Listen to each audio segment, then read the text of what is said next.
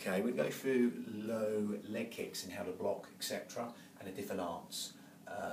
We'll go more on the way you would block with the lower limbs. Again, you can block with the hands and the arms, etc., but we're going to skim over that and go more into how you block with the lower limbs. So there's a usual sort of Thai boxing one, so empty lead leg, and you block here, or circular motion here to block, foot facing out. Again, that's a quite common way. If it's sort of say low leg kicks, kickboxing, which you call Dutch kickboxing, boxing with kicking, but below the waist as well, that style, with the pads on, you might want to sort of catch it and stamp down.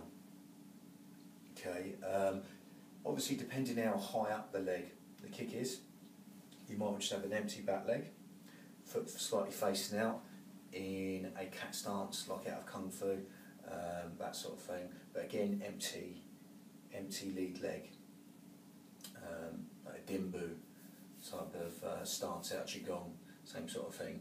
But yeah, we're going to cover them too. So there's two ways of blocking.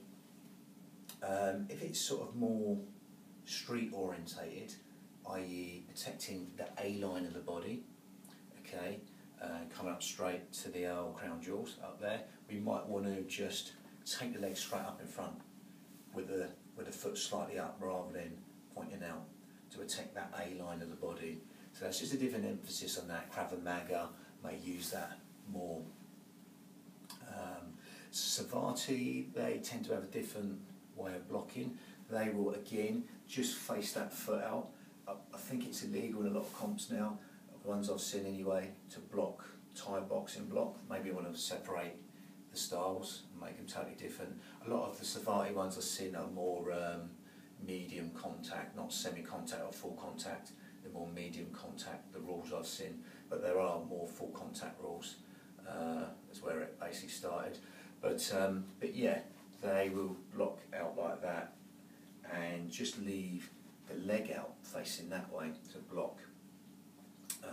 But again, really empty lead leg is the way really with these blocks, and obviously depending how high you go up the leg, you know, because you wouldn't want to do a block up here, it's going to come straight through and hit the other leg. Obviously we've got sort of oblique kicks now, you see a lot in MMA, sort of Wing Chungy, and they come straight through like that to the knee. See them sort of like mixed with shutos, all sorts in ninjutsu, that sort of stuff.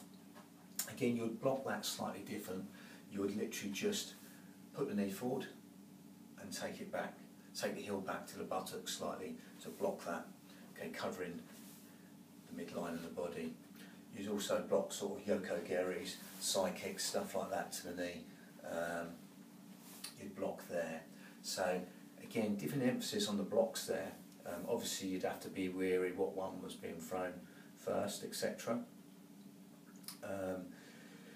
You've also got sweeps, so there's outside sweeps and there's inside sweeps. So one would come on the inside of the foot, one would come on the outside of the foot here. I think mainly in sort of American style kickboxing rules these days, the inside sweeps are banned. They're worried about the inner knee. I think ISKA still have it in, few organisations, but no matter what way the sweep was coming, you would ride with it. So say the sweeps come in, you know, kuchigaris,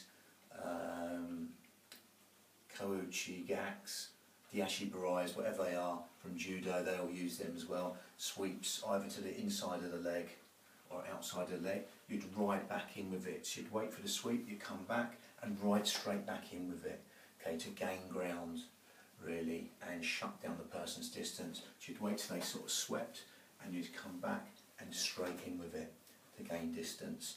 Sticky legs, you see it sometimes in sort of a lot of Tai Chi forms, sticky legs, Wing Chun, stuff like that. You've got the sticky legs, you've got sticky in hands, but you've got sticky legs as well. You could also, another one is say someone's coming out with a snap kick to the knee, you'd either sort of block the same way you would a yoko-geri. So a mio-geri is a straight kick. Again, it could be the sort of like the pancras way with the heel or the ball of the foot. Both not good to the knee. So again, you would block the same way here. You would block the same way you'd block the oblique kick or the wing chun kick, whatever you like to call it.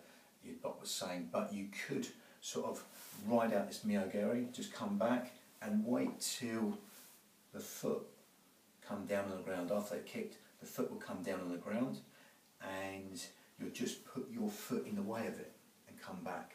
Put your foot in the way of that foot. So basically, someone's kicked here, you'd wait till they put their foot back on the ground. Again, you'd really want it not so their leg was empty and not so they put their weight on their foot, but just in between them two. So again, empty foot, the foot's touching the ground, that's no good because you're not going to get anything, you're not going to get any imbalance to the person. If they put their foot all the way down and root it in, you're not really going to get anything. So somewhere in between them 2 points, you'll just put a foot in the way as they retrace from this kick. So you just come out of range from the straight kick, and as it comes down on the ground, you'd want to put your foot in the way. Okay, again, just taking your foot in and tripping them up. I mean, another way I've been caught with lots like this before, I'm Norwegian kickboxer, it was a nightmare. Every time I went to kick, same thing.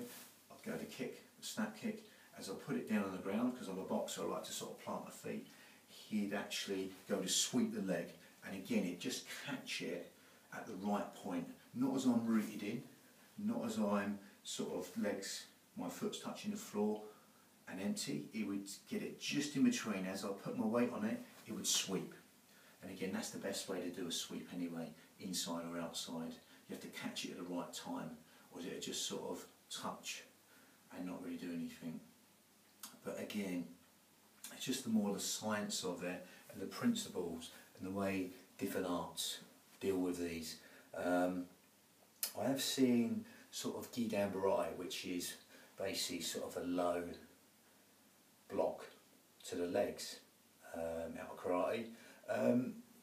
Yeah, not so keen on these because generally the legs are stronger than the arms, so to do this straight against them, more sort of like if they're sort of more deflection orientated, like say out of the Wudang short form, you've got 1 7 stars, most of them are on guard positions, but there's one that is a block and you're riding up against the leg. I mean, that would make more sense. A Jodan Barai, basically, from a lot of the karate forms is similar to that, and you're riding up and deflecting like that, or basically just catching just under their Achilles and lifting them up, something like that. Or a lot of the leg catches, when you're talking about sort of our hands to their legs, they want to be more deflections. So again, there's sort of Taiwan, you'll block here and then grab the leg. If it's a roundhouse coming to here, grab the leg, or block here and come round here. They would make a lot more sense to using your arms against the stronger part of someone's body. Again, sort of a lot of uchi-yuke, stuff like that. I mean, maybe if you conditioned your hands and you worked in an art and you condition your hands, maybe, but again, different things work for different people. Everything's got their disadvantages and advantages to a specific situation. But I see some sort of Krav Magas where they sort of deflect off. That makes more sense. They're going to deflect off with the arms. That would make more sense if you're blocking with your hands someone's legs. So yeah, another good one, just to finish on, is, I've seen this more in ninjutsu. Say someone's going to throw a straight kick, you would literally attack the leg. So it's a bit like the old Filipino type philosophy of attacking the thing that's coming at you. So your block could be an attacking motion also. Your defence could be your offence. So say you've got a mio-geri coming at you, a straight kick, you would literally deflect to the side and maybe boot with the same leg, okay? Or deflect to the side, so this is your block, deflecting off with there, and then throwing in your boot.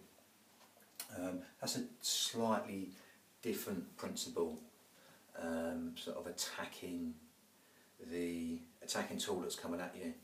But gonna leave it there. Bang.